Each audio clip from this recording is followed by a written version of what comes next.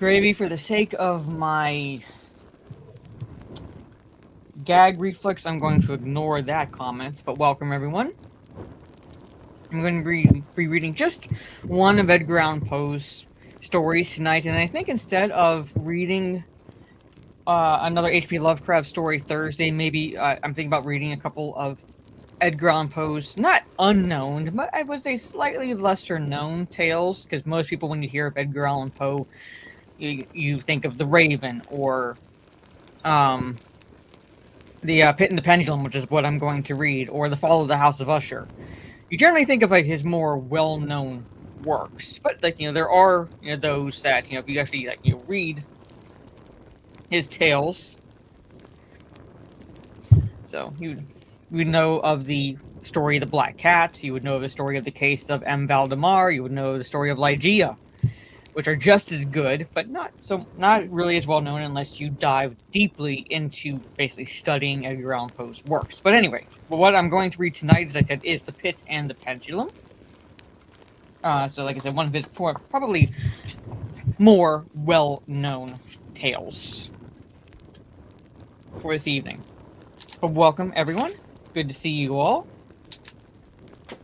So I'm going to try my best not to butcher this Latin that's at the beginning before the tale begins.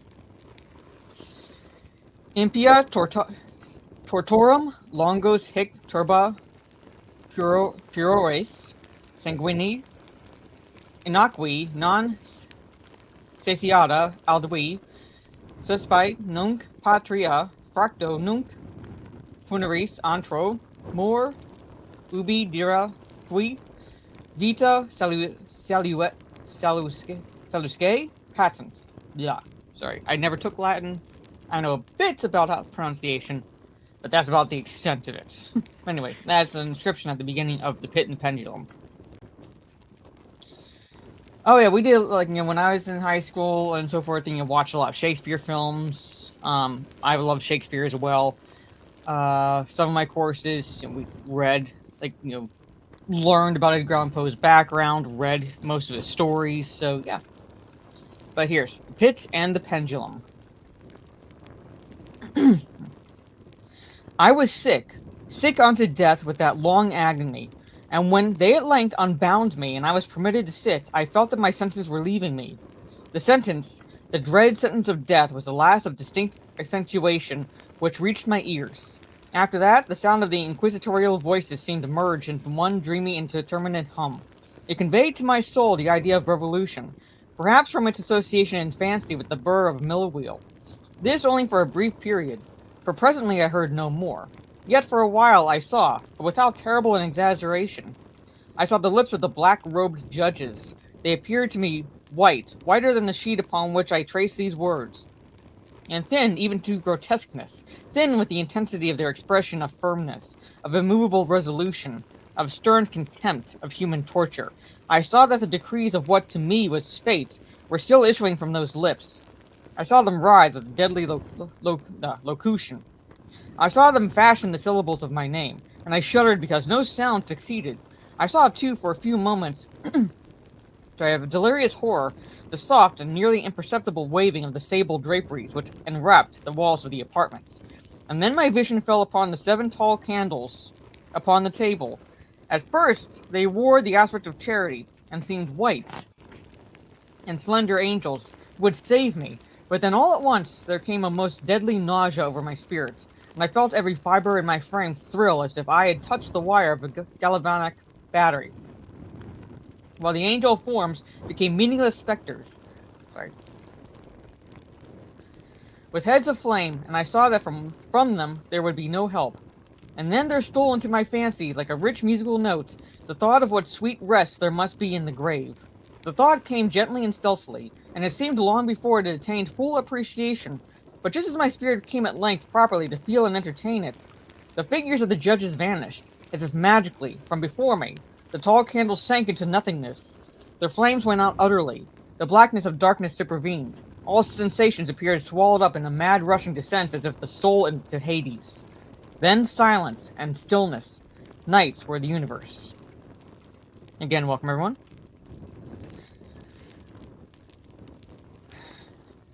No, I did not read the Olive Garden menu, gravy. I had swooned, but still will not say that all of consciousness was lost. What if it were remained, I will not attempt to define, or even to describe.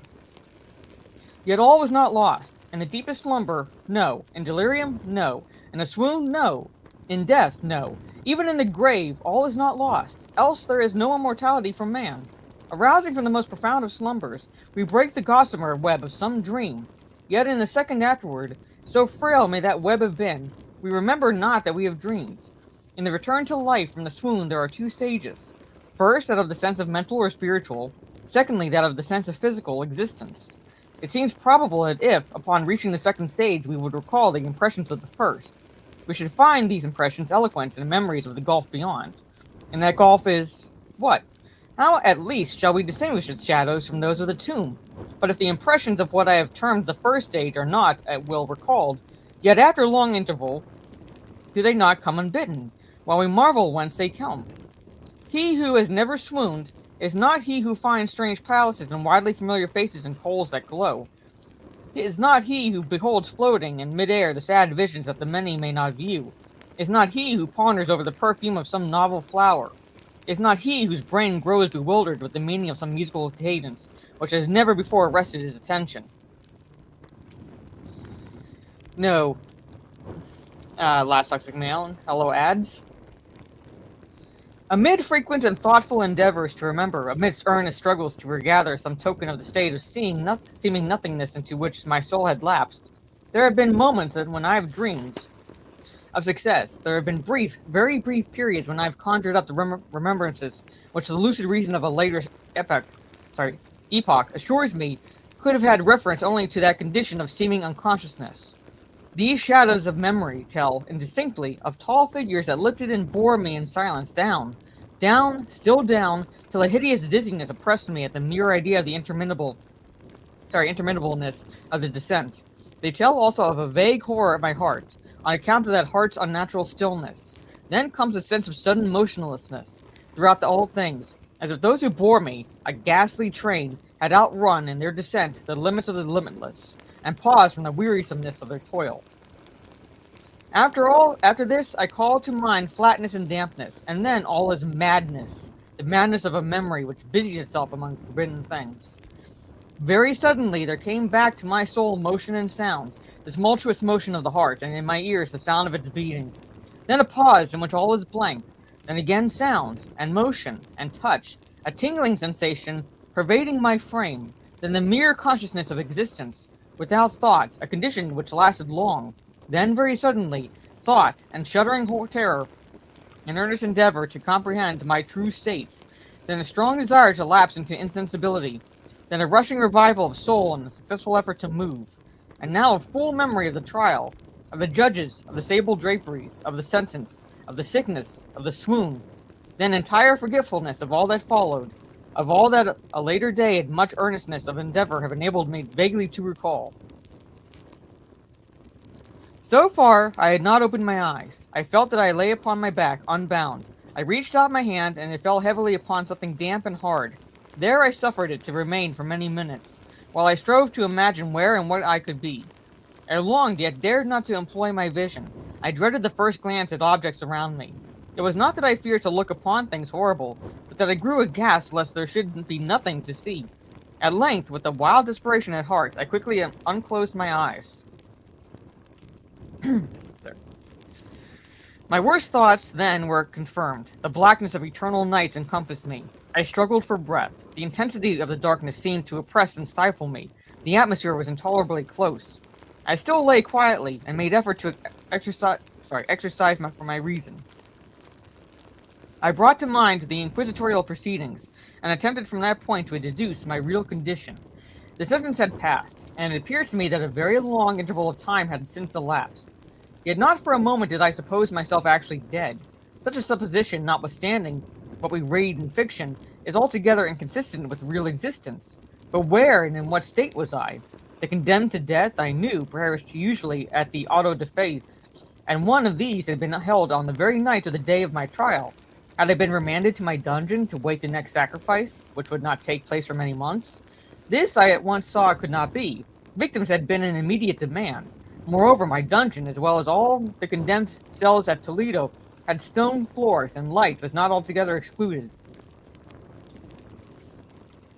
A fearful idea now suddenly drove the blood in torrents upon my heart, and for a brief period I once more relapsed into insensibility.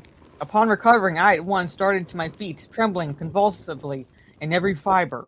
I thrust my arms wildly above and around me in all directions. I felt nothing, yet dreaded to move a step, lest I should be impeded by the walls of a tomb. Perspiration burst from every pore and stood in cold big beads upon my forehead. The agony of suspense grew at length intolerable, and I cautiously moved forward, with my arms extended and my eyes straining from their sockets in the hope of catching some faint ray of light. I proceeded for many paces, but still all was blackness and vacancy. I breathed more freely.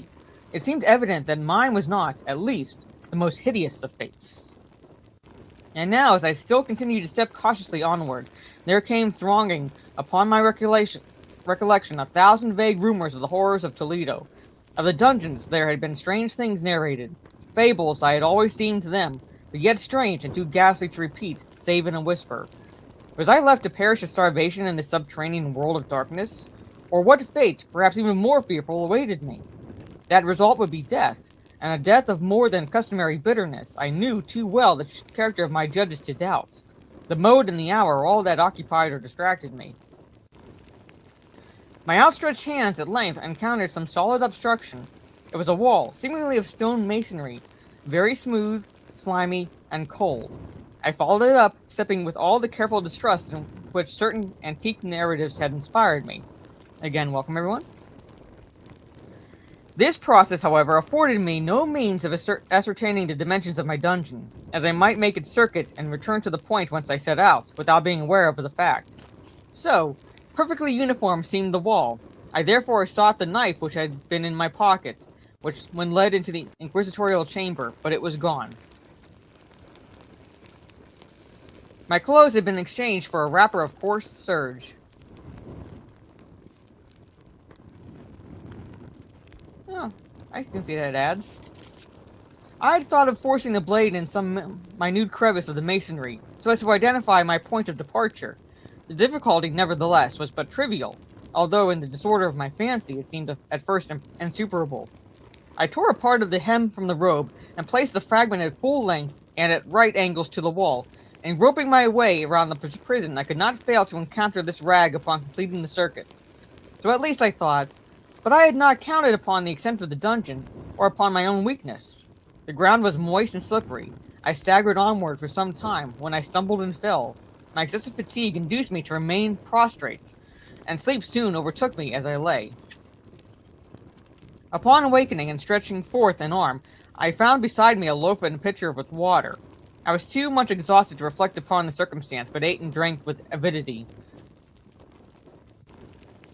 Shortly afterward, I resumed my tour around the prison, and with much toil came at last upon the fragment of the serge. Up to the period when I fell, I had counted 52 paces, and upon resuming my walk, I had counted 48 more, when I arrived at the rag. There were in all then 100 paces, and admitting 2 paces to the yard, I presumed the dungeon to be 50 yards in circuit. I had met, however, with many angles in the wall, and thus I could form no guess at the shape of the vault, for vault I could not help supposing it to be. I had little object, certainly no hope, these researches, but a vague curiosity prompted me to continue them. Quitting the wall, I resolved to cross the area of the enclosure. At first I proceeded with extreme caution, for the floor, although seemingly of solid material, was treacherous with slime. At length, however, I took courage, and did not hesitate to step firmly, endeavoring to cross in as direct a line as possible. I had advanced some 10 or 12 paces in this manner, with the remnant of the torn hem of my robe being entangled between my legs. I stepped on it, and fell violently on my face. In the confusion attending my fall, I did not immediately apprehend a somewhat startling circumstance, which yet, in a few seconds afterward, and while I still lay prostrate, arrested my attention. It was this. My chin rested upon the floor of the prison, but my lips and the upper portion of my head, although seemingly at a less elevation than the chin, touched nothing. At the same time, my forehead seemed bathed in a clammy vapor, and the peculiar smell of decayed fungus arose to my nostrils. I put forward my arm, and shuddered to find that I had fallen at the very brink of a circular pit. whose extent, of course, I had no means of ascertaining at the moment. Groping about the masonry just below the margin, I succeeded in dislodging a small fragment, and and let it fall into the abyss. For many seconds I hearkened to its reverberations as it dashed against the sides of the chasm in its descent. At length there was a sullen plunge into water, succeeded by loud echoes. At the same moment there came a sound resembling the quick opening, and as the rapid closing of a door overhead, while a faint gleam of light flashed suddenly through gloom, and as suddenly faded away. Yep, slimy floor. There. I saw clearly the doom which had prepared me, and congratulated myself upon the timely accident by which I had escaped. Another step before my fall, and the world had seen me no more, and the death just avoided was of that very character which I had regarded as fabulous and frivolous in the tales respecting the Inquisition. To the victims of its tyranny, there was the choice of death with its direct physical agonies, or death with its most hideous moral horrors. I had been reserved for the latter. By long suffering, my nerves had been unstrung, until I trembled at the sound of my own voice, and I had become in very respect a fitting subject to this species of torture which awaited me. Shaking in every limb, I groped my way back to the wall, resolving there to perish rather than risk the terrors of the wells, of which my imagination now pictured many in various positions about the dungeon. In other conditions of my mind, I might have had encouraged to end my misery at once by a plunge into one of these abysses. But now I was the veriest of cowards. Neither could I forget what I had read of those pits, that the sudden extinction of life formed no part of their most horrible plan. Agitation of spirit kept me awake for many long hours, but at length I again slumbered. Upon arousing, I found by my side, as before, a loaf and a pitcher of water. A burning thirst consumed me, and I emptied the vessel at a draught. It must have been drugged, for scarcely had I drunk before I became irresistibly drowsy. A deep sleep fell upon me, a sleep like that of death. How long it lasted, of course, I know not. But when once again I unclosed my eyes, the objects around me were visible. By a wild, sulphurous luster, the origin of which I could not at first determine, I was enabled to see the extent and aspect of the prison. In its size I had been greatly mistaken. The whole circuit of its walls did not exceed 25 yards. For some minutes this fact occasioned me a world of vain trouble. Vain indeed, for what could be of less importance under the terrible circumstances which environed me than the mere dimensions of my dungeon? But my soul took a wild interest in trifles, and I busied myself in endeavors to account for the error I'd committed in my measurement. The truth at length flashed upon me.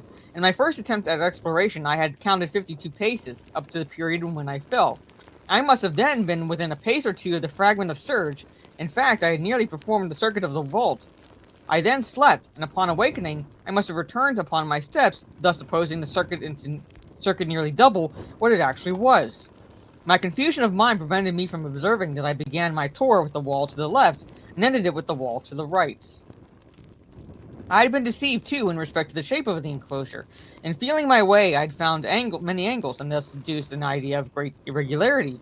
So potent is the effect of total darkness upon one arousing from lethargy or sleep. I appreciate it, as I'm actually interested in the documentary that came out recently about Charlie Sheen. The angles were simply those of a few slight depressions, or niches, at odd intervals. The general shape of the prison was square.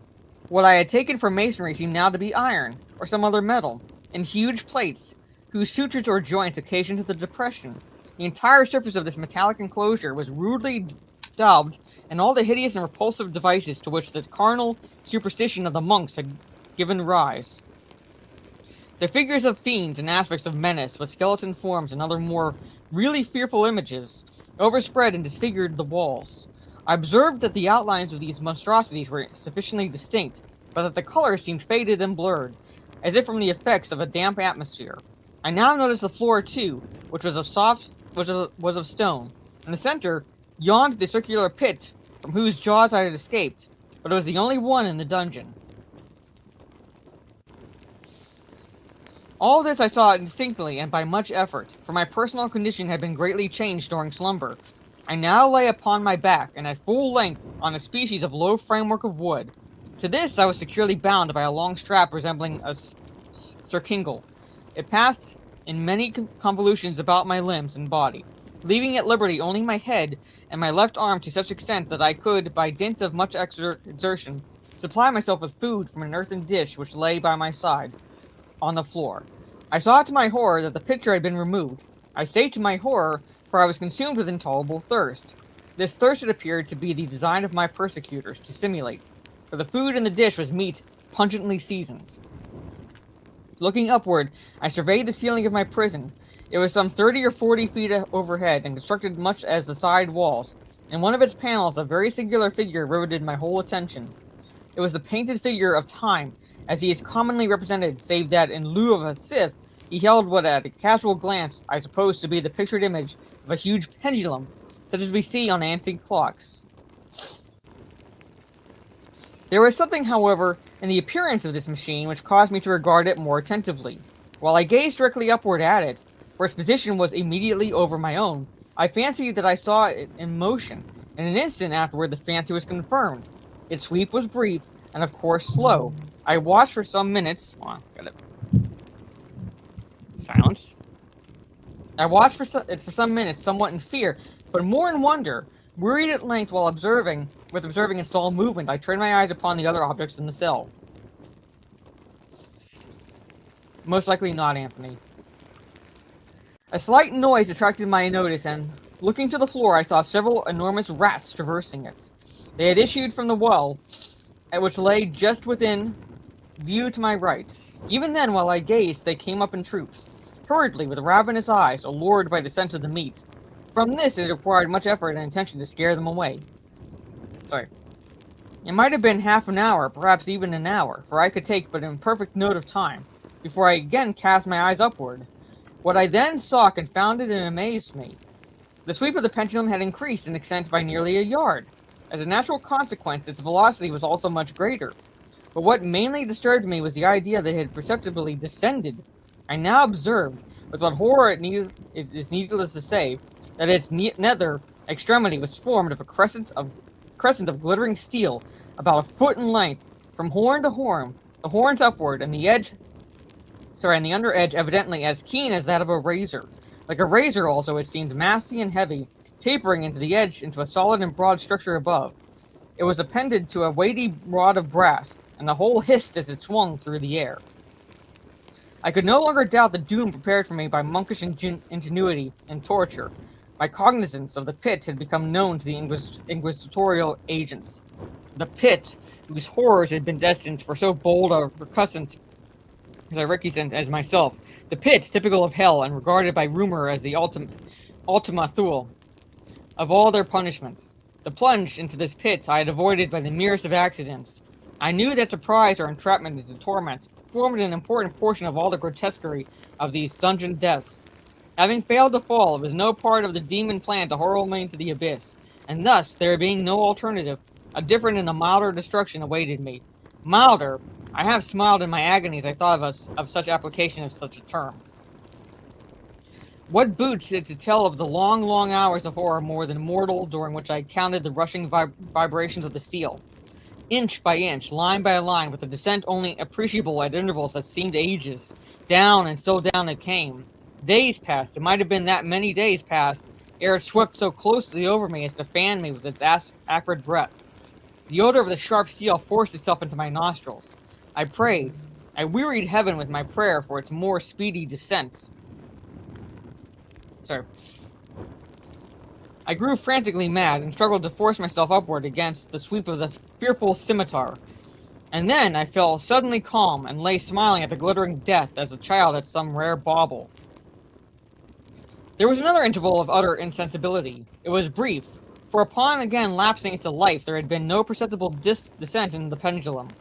But it might have been long, for I knew there were demons who took note of my swoon, and who could have arrested the vibration at pleasure.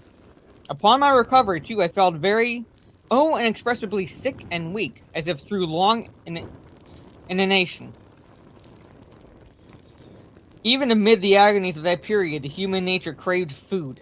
With painful effort, I outstretched my left arm as far as my bonds had permitted, and took possession of the small remnant which had been spared me by the rats. As I put a portion of it within my lips, there rushed to my mind a half-formed thought of joy, of hope. Yet what business had I with hope? It was, as I say, a half-formed thought. Man has many such which are never completed. I felt that it was of joy, of hope, but felt also that it had perished in its formation. In vain I struggled to perfect, to regain it. Long suffering had nearly annihilated all my ordinary powers of mind. I was an imbecile, an idiot. The vibration of the pendulum was at right angles to my length. I saw that the crescent was designed to cross the regions of the heart. It would fray the surge of my robe, it would return and repeat its operations again and again, notwithstanding terrifically wide sweep, some 30 feet or more, its hissing vigor of its ascent, sufficient to sunder these very walls of iron. Still, the fraying of my robe would all be all that, for several minutes, it would accomplish. At this thought, I paused. I dared not go farther than this reflection. I dwelt upon it with a pertinacity of attention, as if, in so dwelling, I could arrest here the descent of the steel. I forced myself to ponder upon the sound of the crescent, as it passed across the garment, upon the peculiar thrilling sensation which the friction of cloth produces on the nerves. I pondered upon all this frivolity until my teeth were on edge.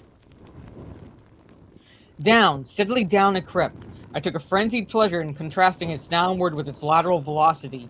To the right, to the left, far and wide, with the shriek of a damned spirit. To my heart, with the stealthy pace of the tiger. I alternately laughed and howled as the one or the other idea grew predominant.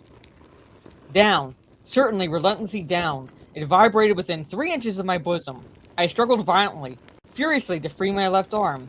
This was free only from the elbow to the hand. I could reach to the ladder, from the platter beside me to my mouth with great effort, but no further. Could I have broken the fastenings above the elbow?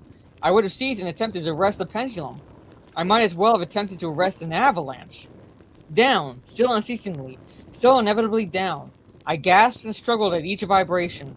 I shrunk convulsively at its every sweep.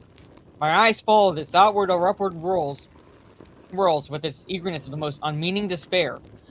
They closed themselves spasmodically at the descent, although death would have been a relief. Oh, how unspeakable. Still I quivered in every nerve to think how slight a sinking of the machinery would precipitate that keen, glistening axe upon my bosom. It was hope that prompted the nerve to the frame to shrink. It was hope, the hope that triumphs on the rack, that whispers to the death condemned even in the dungeons of the Inquisition. I saw that some 10 or 12 vibrations would bring the steel in actual contact with my robe. And with this observation, there suddenly came over my spirit all the keen, collected calmness of despair. For the first time during many hours, or perhaps days, I thought. It now occurred to me that the bandage, or circingle, which enveloped me, was unique.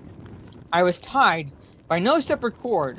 The first stroke of the razor-like crescent athwart any portion of the band would so detach it that it might be unwound from the person.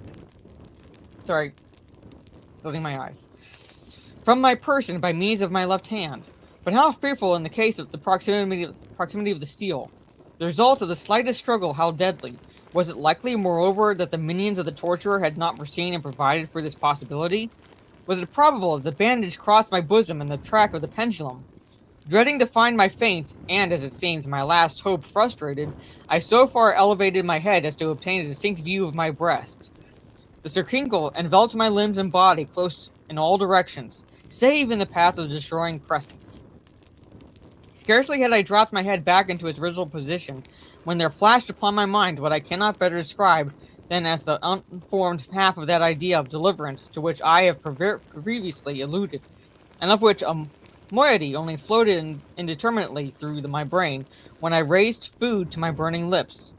The whole thought was now present, feeble, scarcely sane, scarcely definite, but still entire. I proceeded at once, with the nervous energy of despair, to attempt its execution. Well, I have my window open, so yeah. Because it's not hot enough to have the AC on, but yeah, so. For many hours, the immediate vicinity of the low framework upon which I lay had been literally swarming with rats. They were wild, bold, ravenous, their red eyes glaring upon me as if they waited for motionlessness on my part to make me their prey. To what food, I thought, have they been accustomed and the well. They had devoured, in spite of all my efforts to prevent them, all but a small remnant of the contents of the dish. I had fallen into an habitual seesaw, or wave of the hand about the platter, and at length the unconsciousness and uniformity of the movement deprived it of effect. In their voracity, the vermin frequently fastened their sharp fangs in my fingers. With the particles of the oily and spicy viand which now remained, I thoroughly rubbed the bandage wherever I could reach it. Then raising my hand from the floor, I lay breathlessly still. At first, the ravenous animals were startled and terrified at the change, at the cessation of movement. They shrank alarmedly back. Many sought the well, but this was only for a moment. I had not counted in vain upon their voracity. Observing that I remained without motion, one or two of the boldest leaped upon the framework and smelt the circingle. They seemed the signal for a general rush. Forth from the well they hurried, in fresh troops. They clung to the wood, they overran it, and leaped in the hundreds upon my person. The measured movement of the pendulum disturbed them not at all. Avoiding its strokes, they buried themselves with the anointed bandage. They pressed, they swarmed upon me in ever-accumulated heaps. They writhed upon my throat, their cold lips sought my own. I was half stifled by their thronging pressure. Disgust, for which the world has no name, swelled at my bosom and chilled with heavy clamminess my heart. Yet 1 minute, and I felt that the struggle would be over. Plainly I perceived the loosening of the bandage. I knew that in more than one place it must already be severed. With a more than human resolution I lay still. Nor had I erred in my calculations, nor had I endured in vain. I at length felt that I was free. The circingle hung in ribbons from my body, but the stroke of the pendulum already passed upon my bosom. It had divided the serge of the robe. It had cut through the linen beneath. Twice again it swung, and a sharp sense of pain shot through every nerve. But the moment of escape had arrived. At a wave of my hand, my deliverers hurried tumultuously away. With a steady movement, cautious, sidelong, shrinking, and slow, I slid from the embrace of the bandage, and beyond the reach of the scimitar. For the moment at least, I was free. Free, and in the grasp of the Inquisition. I had scarcely stepped from my wooden bed of horror upon the stone floor of the prison, when the motion of the hellish machine ceased, and I beheld it drawn up, by some invisible force, from the ceiling. This was a lesson which I took desperately to heart. My every motion was undoubtedly watched. Free, I had but escaped death in one form of agony, to be delivered unto worse than death in some other. With that thought, I rolled my eaves nervously around on the barriers of iron that hemmed me. Something unusual, some change which at first I could not appreciate distinctly, it was obvious, had taken place in the apartment. For many minutes of dreamy and trembling abstraction, I busied myself in vain on connected conjecture. During this period, I became aware for the first time of the origin of the sulphurous light which illumined the cell. It proceeded from a fissure about half an inch in width, extended entirely around the prison at the base of the walls, which thus appeared and were completely separated from the floor. I endeavored, but of course in vain, to look through the aperture. As I arose from the attempt, the mystery of the alteration in the chamber broke at once upon my understanding. I have observed that, although the outlines of the figures upon the walls were sufficiently distinct, yet the colors seemed blurred and indefinite. These colors had now assumed, and were momentarily assuming, a startling and more intense brilliancy, that gave to the spectral and fiendish portraitures an aspect that might have thrilled even firmer nerves than my own. Demon eyes of a wild and ghastly vivacity glared upon me in a thousand directions, where none had been visible before, and gleamed with the lurid luster of a fire that I could not force my imagination to regard as unreal. Unreal. Even while I breathed, there came to my nostrils the breath of the vapor of heated iron. A suffocating odor pervaded the prison. A deeper glow settled each moment in the eyes that glared at my agonies. A richer tint of crimson diffused itself over the pictured horrors of blood. I panted. I gasped for breath. There could be no doubt of the design of my tormentors. O most unrelenting, O most demoniac of men, I shrank from the glowing metal to the center of the cell. Amid the thought of the fiery destruction that impended, the idea of the coolness of the well came over my soul like a balm. I rushed to its deadly brink. I threw my straining vision below. The glare from the enkindled roof illuminated its inmost recesses. Yet for a wild moment did my spirit refuse to comprehend the meaning of what I saw. At length it wrestled its way into my soul. It burned itself upon my shuddering reason. Oh, for a voice to speak! Oh, horror! Oh, any horror but this! With a shriek I rushed from the margin and buried my face in my hands, weeping bitterly. The heat rapidly increased, and once again I looked up, shuddering as with a fit of the egg. There had been a second change in the cell, and now the change was obviously in the form. As before, it was in vain that I, at first, endeavored to appreciate or understand what was taking place. But not long was I left in doubt. The inquisitorial vengeance had been hurried by twofold escape. Sorry. Allergies. And there was to be no more dallying with the King of Terrors. The room had been square. I saw that two of its iron angles were now acute, two consequently obtuse. The fearful difference quickly increased with a low rumbling or moaning sound. In an instant, the apartment had shifted its form into that of a lozenge. But the alteration stopped not here. I neither hoped nor desired it to stop. I could have clasped the red walls to my bosom as a garment of eternal peace. Death, I said, any death but that of the pit. Fool, might I not have known that into the pit it was the object of the burning iron to urge me? Could I resist its glow? Or even that, could I withstand its pressure? And now flatter and flatter grew the lozenge with a rapidity that left me no time for contemplation. Its center, and of course its greatest width, came just over the yawning gulf. I shrank back, but the closing walls pressed me resistlessly onward. At length, for my seared and writhing body, there was no longer an inch of foothold on the firm floor of the prison. I struggled no more, but the agony of my soul found vent in one loud, long, and final scream of despair. I felt that I tottered upon the brink. I averted my eyes. There was a discordant hum of human voices. There was a loud blast as of many trumpets. There was a harsh grating as of 1,000 thunders. The fiery walls rushed back. An outstretched arm caught my own as I fell, fainting, into the abyss. It was that of General Lassalle. The French army had entered Toledo. The Inquisition was in the hands of its enemies. Oh, I take them, yeah, but I'm like basically screwed all year round, ads. And that is a pit in the pendulum. It just causes my nose to itch. I don't know why. I gotta look it up. It only seems to be happen when I'm reading, so I don't know if I'm like triggering something or what. That is the pit in the pendulum. So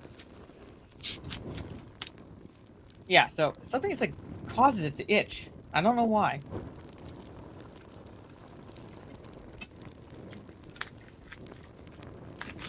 Like I said, in a weird way, there is an Elvira version of this, but her version, it's a awesome Elvira movie, and if you know Elvira, you know the types of movies she does. It kind of conflates The Fall of the House of Usher and The Pit and the Pendulum, but it kind of takes those two stories and makes it like into one story. So, I gotta find out what it's called. It's like, hold on.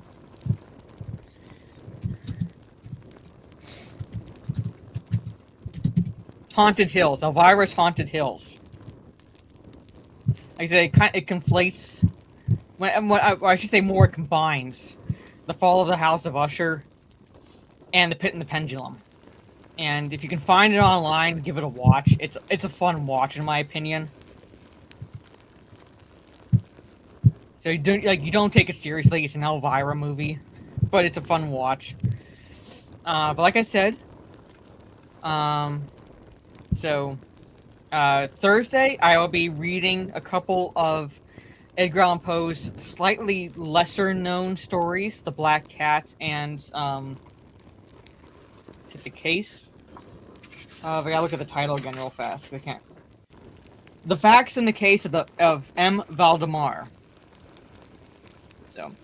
So The Black Cat and The Facts in the Case of M. Valdemar. I'll be reading those two stories Thursday. So, and then returning to H.P. Lovecraft the following week. So, but anyways, if you want to watch, like I said, if you want to watch a serious interpretation of Edgar Allan Poe stories, you basically track down Vincent Price adaptations of Edgar Allan Poe stories. If you want to watch fun, bizarre ones, Elvira's adaptations. So, but anyway, thank you. Appreciate this. This is going to end up being like a shorter one because I was just reading one of his stories. But Thursday I'll be reading two of his other stories, about the same length or so as this one. So about this should not be too long of a stream, but it'll be 2 stories. And then tomorrow on my YouTube channel, I am going to make sure that Stieg is still available, but we'll be discussing our personal top 10 lists of 2003 films. The films themselves might not be objectively good. They might not even be everyone's favorites.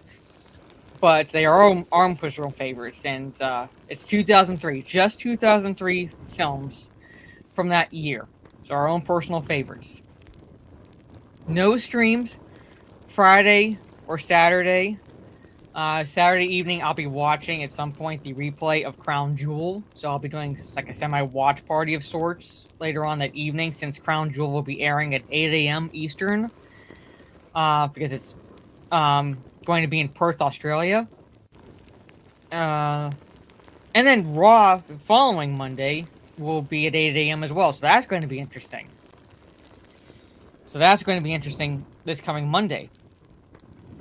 And then Sunday, unless anything changes, Talk Nerdy to Us will be on My Nerdy Homes channel, on her channel at 8:30 p.m. Eastern. But prior to that, I'll be playing Borderlands. I'll be returning to Borderlands and trying to get back into the main story, since I kind of like farmed for XP the last stream to boost my level before re-entering the mine area. And then possibly changing to Battlefield 6 to play with My Nerdy Home, because that's dropping this weekend. Oh, you're welcome, Az. You're welcome. I tried to do at least one day a week, but for spooky season, I've been doing it twice a week, so Tuesdays and Thursdays, reading some horror tales. And I'm thinking, as a slight change of pace from fantasy and horror stories. What's my camera? I'm thinking the next book I read, since ya boy Craig brought up political/culture war stuff. This is kind of political. So maybe your boy Craig, if you're still in the chat, I'm thinking about reading Starship Troopers next. So, different from the movie, trust me, but good. So yeah, I'm doing my part. So basically, how it's going to work for the reading streams, once October ends, I'm going to return to Lord of the Rings, Return of the King. Once I complete Return of the King, so to complete the fantasy books, because I've read The Hobbit and I'm reading Lord of the Rings and so forth, I'm going to be kind of going more science fiction and reading Starship Troopers. However long it takes me to read Return of the King, I'll have a better idea at that point when I'll be starting Starship Troopers. But on that note, ladies and gentlemen, have a good rest of your day or evening wherever you are in the world, and I will see you all tomorrow evening where we talk our personal top 10 2003 films. Good night, stay safe, and peace.